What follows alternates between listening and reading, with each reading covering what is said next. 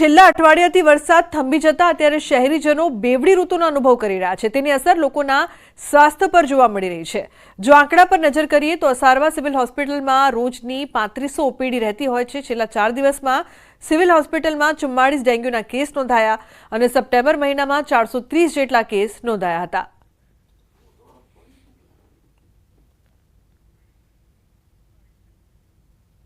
વરસાદ છેલ્લા અઠવાડિયાથી થંભી ગયો છે અને સિઝન ડ્રાય થવા લાગી છે। એ પ્રમાણે આપણા જે મચ્છરજન્ય અને પાણીજન્ય રોગો છે એનો બી થોડો ઘસારો ઓછો થયો છે। ગયા મહિને સપ્ટેમ્બરમાં આપણને ડેન્ગ્યુના 430 પેશન્ટ હતા, એટલે સરેરાશ લગભગ 14.33 રોજના થાય। આ મહિને 4 દિવસ ગયા છે, 1 થી 4 તારીખ સુધીમાં માત્ર 44 પેશન્ટો મળે। દેટ મીન્સ કે per day average is around 11, એટલે એનું પ્રેશર થોડું હલકું થતું હોય એવું લાગી રહ્યું છે। તો મહેસાણા કમલમ ખાતે યોજાઈ સેન્સ પ્રક્રિયા। મહેસાણા દૂધસાગર ડેરીની ચેરમેન વાઇસ ચેરમેન માટે સેન્સ પ્રક્રિયા યોજાઈ।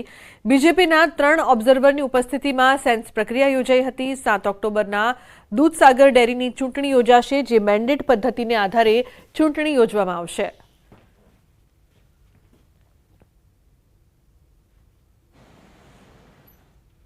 ચેરમેનની અને વાઇસ ચેરમેનની ચૂંટણી માટે પાર્ટીના તરફથી આજે સેન્સ પ્રક્રિયા યોજાઈ છે। એમાં પ્રદેશથી 3 નિરીક્ષકશ્રીઓ પધાર્યા છે અને એમની હાજરીમાં અત્યારે કોઈ વાત છે નહીં।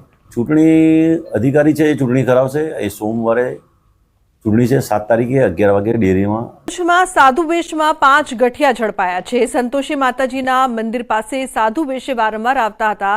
સોસાયટીમાં આવવાની ના પાડી હોવા છતાં આવતા સાધુ વેશધારી અને સ્થાનિકો વચ્ચે ઘર્ષણ થયું। સાધુઓ અને સ્થાનિકો વચ્ચે હાથાપાઈ પણ થઈ હોવાની માહિતી મળી રહી છે। તાત્કાલિક પોલીસનો સંપર્ક કરી ધુતારાઓને પોલીસ મથકે સોંપી દેવાયા હતા। સાધુના વેશમાં આવેલા લોકો વૃંદાવન મથુરા બાજુના હોવાનું બહાર આવ્યું છે। ત્યારે હાલ તો પોલીસ વધુ તપાસ હાથ ધરી રહી છે। વલસાડ જિલ્લાના ઉમરગામના દરિયામાં એક ડ્રમ જેવી શંકાસ્પદ વસ્તુ તરતી જોવા મળી। આથી કિનારા વિસ્તારમાં ચકચાર મચી ગઈ હતી। આ અંગે પોલીસને જાણ કરાતા નારગોલ પોલીસની ટીમ પણ દોડતી થઈ હતી। દરિયા કિનારે જઈ પોલીસે દરિયામાં તરતી દેખાતી આ શંકાસ્પદ વસ્તુ અંગે જાણવા માટે પ્રયાસ કર્યો। જોકે દૂર હોવાથી બોટની મદદથી પોલીસ આ શંકાસ્પદ વસ્તુ સુધી પહોંચી હતી। આ ભારે ભરકમ વસ્તુને ખેંચી અને કિનારા નજીક લાવવામાં આવી હતી। આ શંકાસ્પદ વસ્તુ મોટી સાંકળથી બાંધેલી જોવા મળી હતી। જો કે આ વસ્તુમાં શું છે તે અંગે જાણવા પોલીસની ટીમે એફએસએલની ટીમને પણ જાણ કરી। મહત્વનું છે કે અગાઉ પણ અનેક વખત દરિયામાં જહાજોમાંથી છૂટા પડી ગયેલા આવા અનેક સામાનો દરિયામાં તરતા કિનારા સુધી પહોંચ્યા હોવાના બનાવ બની ચૂક્યા છે।